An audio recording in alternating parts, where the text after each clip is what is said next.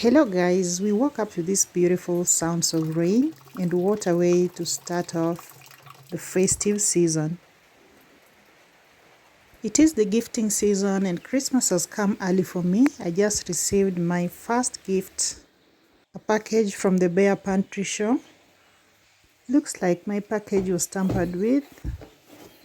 I just hope they didn't steal my gifts. Let's unbox this together. So the Bare Pantry Show is hosted by Barbara. Barbara is from Belize. I hope I pronounced that right, but she lives in the US. She hosts the cooking show on YouTube and I think on Facebook. And we met here on YouTube and we just clicked. You all know I love to cook, but I really have a problem baking. So Barbara thought I should be baking my own bread. And she decided to send me her cookbooks. I think they are available on Amazon. You can purchase them from there. And she put in some few things. I now have a measuring cup. My daughter is quite excited about the beads. I know she's going to use them to make some ornaments and for her hair. Thank you, Barbara, for all the gifts, but I am more excited about the cookbooks. I can now make my own bread, and there are also a few recipes to try, Belizean recipes, which I'm really excited about. The weather is quite perfect for a hot loaf of bread. When I was in primary school, there was a bakery nearby and we would eat hot bread. I really love the taste of hot bread and the smell. I can't wait to try my first bread. So I also love that Barbara's books have photos of the different recipes and all the food that she cooks. That's her husband. And it's easy to compare what you've cooked if it is successful or not. And I love this little message she put here. Yes, the secret ingredient is always love. However poor your mother's cooking was, her food was always tasty because she made it with love. The weather is right. We have a recipe and I'm so excited to be baking my own bread today. So let's not waste time. Let's just jump into it and make bread.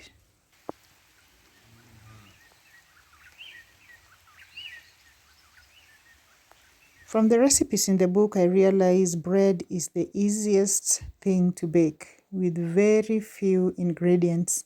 So today I want to make the challah bread. This is what I've chosen because of the braided parts. My daughter is very excited about it, so let's do it. So I have all my recipes lined up in the order that I'm going to use them, and let me just place the book here so that I can follow without skipping a step. I'm looking at my recipes and the procedure and I'm like, why didn't I make my bread all this time? This is one of the simplest things to make with very few and very common ingredients. So I've used our ordinary brown sugar instead of granulated sugar. My yeast was provided by Barbara, and the rest of the recipes are just common things in the kitchen like salt, oil, and eggs. So I realized this is something I can be making every day since we buy bread almost every day. It is the most common breakfast food in my country and we love it with tea or coffee, but there's always some bread on every family's table. Here in the countryside, we supplement that with sweet potatoes, cooked bananas, cassava. We have plenty of other things for breakfast, but once in a while I like to eat bread, and now that I can bake my own bread, this is really exciting for me. Barbara's measurements for the ingredients are quite accurate. I didn't add anything. like water or anything like that. Everything just went in right. So we leave the dough for about 40 minutes to rise, then we'll come back.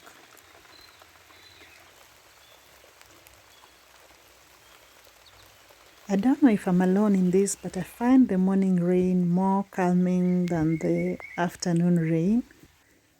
It just adds a lot of life to the day, and the coziness that comes with it is just out of this world.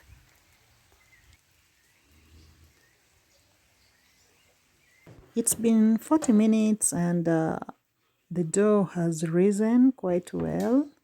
I know it would have done better if the temperature was a bit high. Today is a very cold day.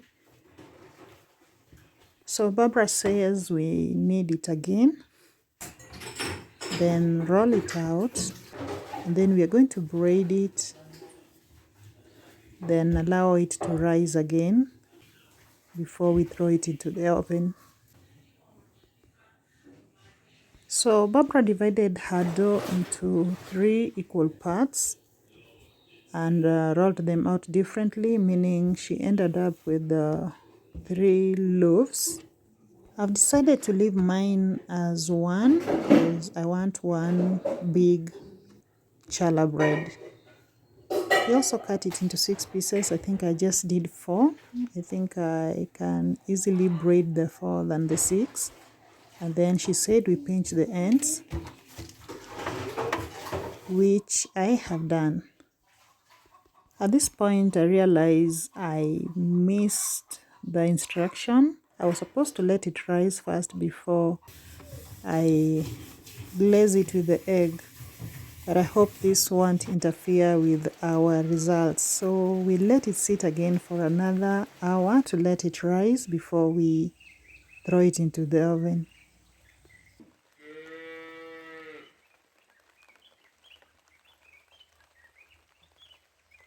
My oven is preheated to 180 degrees Celsius, and we are going to leave the bread here for 40 minutes.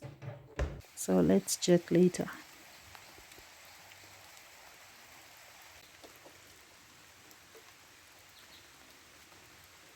Today is also the day I get to make butter. We did make ghee and cheese, and what is now left is making butter. So I have this cream I've been saving for this, and I found out I could just use a blender to churn the cream into butter.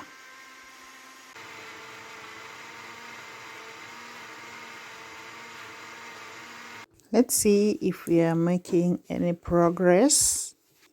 And looks like the butter is coming along well.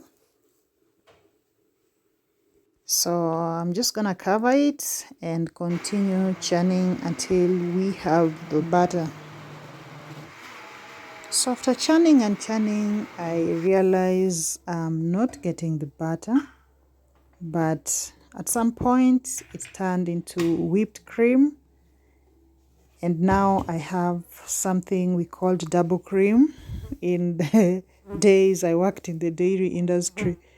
So I had to Google why my cream is not turning into butter, and I made a grave mistake.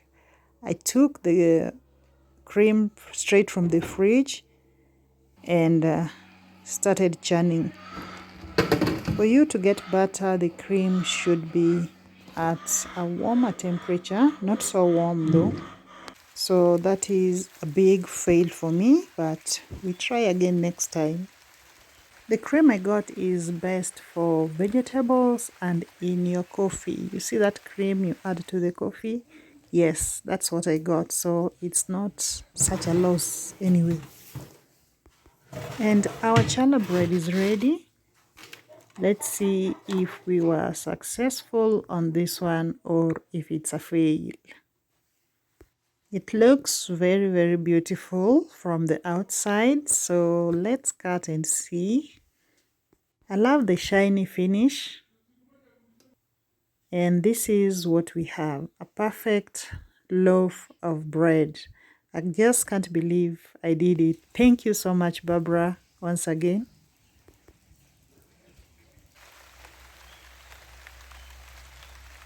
So it's a beautiful afternoon. The rains have stopped, though it's still very cloudy. Let's see what's up at the site. So this week we've been just focusing on the gutter beam because this is what is holding our roof back. And today we did that koroga thing. We put the slab.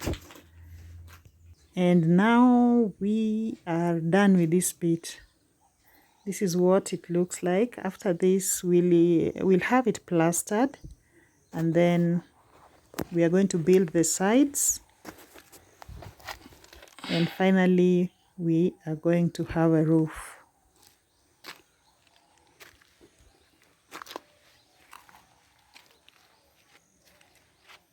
So that's another milestone crossed.